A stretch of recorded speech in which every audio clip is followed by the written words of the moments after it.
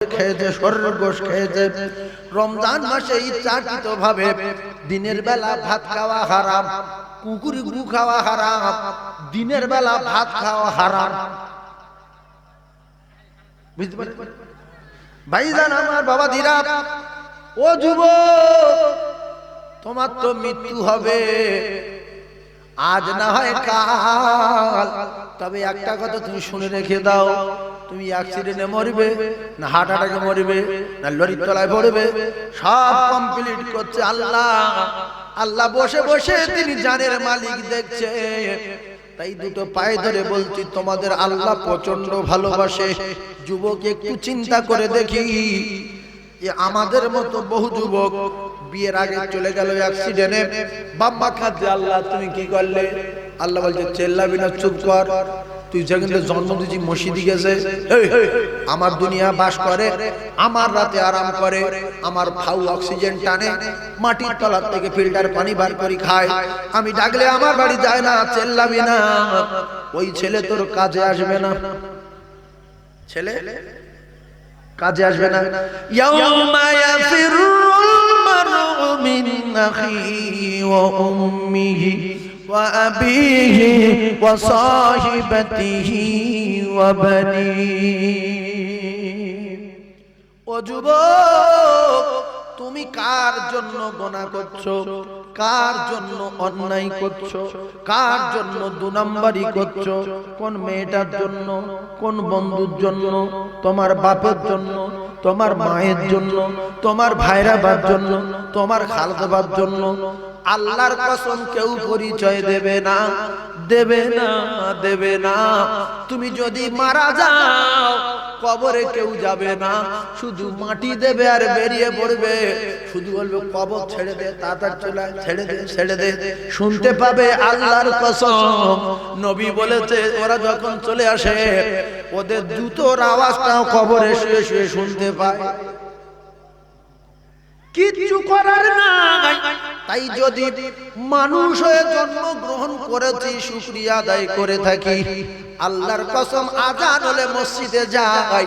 আল্লাহ দায়িত্ব নিয়েছেন, মুসলমানের কেউ ক্ষতি করতে পারবে না।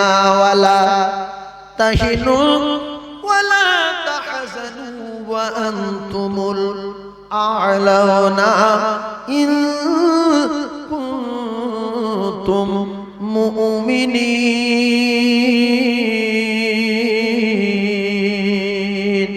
একবার সুবহানাল্লাহ বলেন, আর একবার জোরে বলেন সুবহানাল্লাহ।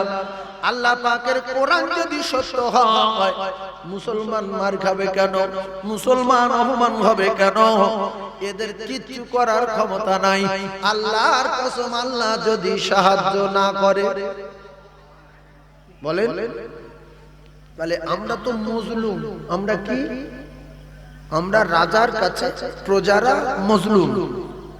এ রাজার ক্ষমতা বেশি না প্রজার? রাজা। একটা কথা বলি, আপনাদের এই গোড়দায় খুব ভালো করে বুঝবেন। আপনাদের এই গোড়দায় যদি একটা মস্তান থাকে, আর ওই মস্তান যদি গ্রামের গরিব অসহায়দের উপরে অত্যাচার করে, ওই মস্তানের কাছে কথা বললে মারবে, গেলে মারবে, বিচার দিলে মারবে। কেন? তার বিরাট শক্তি।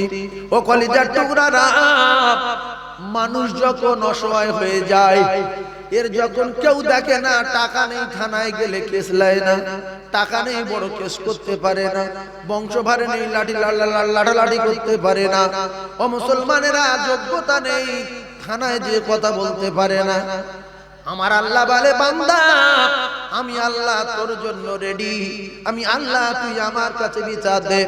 আল্লাহ রাসূল বললেন, দাওয়াতুল মাজলুম পীরের আগে, মাওলানার আগে, মুফতি সাহেবের আগে, মুহাদ্দিস সাহেবের আগে, আল্লাহর ওলির আগে এই মজলুমের দোয়া দরবারে কবুল হয়ে যাবে। ও কলিজার টুকরারা, আমরা যদি রাজার কাছে মজলুম হয়ে থাকি, লাফালাফি করার দরকার নেই, বলি দেওয়ার দরকার নেই, চিল্লানোর দরকার নেই। বিশ্ব নবীর মতো সাহাবায়ে কেরামদের নিয়ে আল্লাহর দরবারে হাত তোলার পরে বদরে 313 জন মুসলমান, 1000 কাফের সৈন্য, তাদের অস্ত্র শস্ত্র রেডি। আল্লাহ নবী দোয়া করলেন, আল্লাহ আমাদের কোনো ক্ষমতা নাই, আপনি ক্ষমতা দেন, আপনি শক্তি দেন। 16ই রমজান রাতের বেলা দোয়া করলেন। আমার আল্লাহ রাতের বেলা জিবরিল পাঠিয়ে খবর দিলেন, দোস্ত টেনশন করো না, কেঁদো না, আমি আল্লাহ বদরে ফেরেশতার বাহিনী নামিয়ে দেব। আরো জোরে বলে। তাহলে আল্লাহর কাছে দোয়া চাইলে যে আল্লাহ ফিরত দেয় না, কবুল করে, সেই আল্লাহ আজও আছে না নাই? জোরে বলে।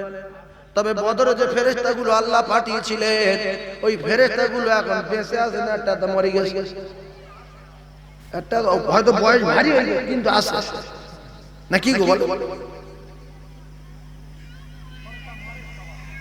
হয়তো বয়স হয়ে গেছে না কি বলে?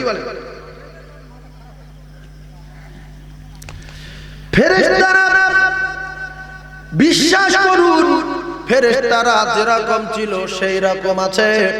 তারা বুড়ো হয়নি, জন হয়নি, তাদের পায়খানা হয় না, পেশাব হয় না।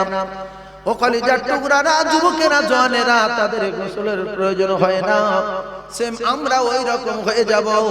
আমরা যখন দুনিয়ার জমিন ছেড়ে আল্লাহর ডাকে সাড়া দিয়ে ময়দানে মাহশরে হাজির হওয়ার পরে জান্নাতে যাব, আমরা আর বুড়ো হব না, আমরা আর জওয়ান হব না, আমাদের আর গোসল করতে হবে না, আমাদের পায়খানা পেশাব হবে না, সুখ শান্তি শুরু হবে, জীবনে কোনোদিন শেষ হবে না। সুবহানাল্লাহ। আচ্ছা সুবহানাল্লাহ বললে গুনাহ হয় কি? সুবহানাল্লাহ বললে যদি গুনাহ না হয়, আপনারা জ্ঞানী মানুষ, মাঝে মধ্যে সুবহানাল্লাহ বলবেন তো নেকি হবে। সেজন্য আমার সোনার চাঁদ ভাইরা মাঝে মধ্যে সুবহানাল্লাহ বলবেন নিজের জন্য। সুবহানাল্লাহ বললে আল্লাহ খুশি হয়, নামায় আমালে নেকি লেখা হয়।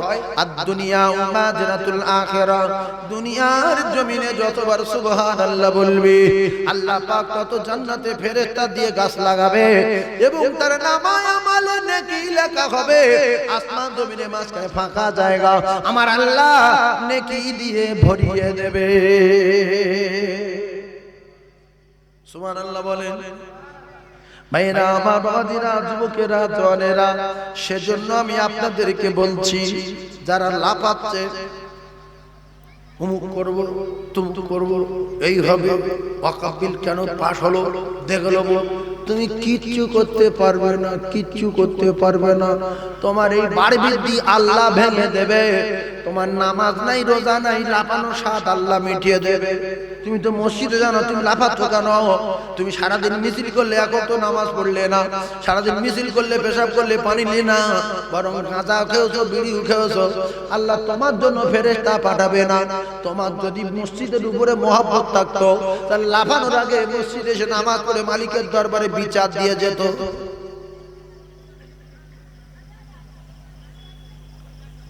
তাহলে আমাদের ক্ষমতা আছে না? আল্লাহর সব ক্ষমতা। জোরে বল। আল্লাহর না সব ক্ষমতার মালিক। আল্লাহকে যদি বুঝি, আল্লাহকে যদি জানি, তাহলে আজ থেকে নাক কান মোলা খাই তওবা করি। কোন জায়গায় মারামারি করার আগে, পেটাপিটি করার আগে, ও জায়গায় যাওয়ার আগে আল্লাহর কাছে সাহায্য চেয়ে যাব। যেমন আমার নবী সাহায্য চেয়েছে, আল্লাহ পাক দোয়া কবুল করে বদরে ফেরেশতা নামিয়ে দিয়েছে। 17 তারিখে বদরের যুদ্ধ শুরু। আমার আল্লাহ পাকের ফেরেশতারা বদরে কাফেরদের বিরুদ্ধে যুদ্ধ করেছে। জোরে বল। এইজন্য কার কত দরদ মুসলমানদের উপরে বোঝাইতে যাচ্ছে। ফিলিস্তিনি বাচ্চাগুলো টুকরা টুকরা হয়ে যাচ্ছে, বোম মারছে, বসে বসে বিড়ি খাচ্ছে। আরে বোম মেরে উড়িয়ে দিল, বিল্ডিংটা কুচিয়ে দিল, বিড়ি। আচ্ছা, এই মসজিদে বোম হলো, দেখো। তা ইয়ে বলবেন তো কে বলবে? আচ্ছা, আপনার ভাই যদি হতো রাসূলুল্লাহর হাদিস অনুযায়ী কুল্লু মুসলিমিনা ইখওয়া, আপনার ভাইয়ের যদি কেউ বোম মেরে উড়িয়ে দিত, আপনি আরে বিড়ি খেতে পারতেন? চা খেতে পারতেন? দোকানে, চায়ের দোকানে গ্লাস ফেলে দিয়ে আপনি দৌড় মারতেন। চার দোকানদার যদি টাকা চাইতো, সমস্যা এক মারি তোর বাবার নাম বলে দিল, ভাই মরে গেছে, তুই টাকা চাইছি, বিকেলে নিবি, কাল ফেলবি। কিন্তু ফিলিস্তিনিওয়ালার আমাদের ভাই না, গাজার মুসলমান আমাদের ভাই না। এক কথায় মানুষ মরে গেলে যে মানুষ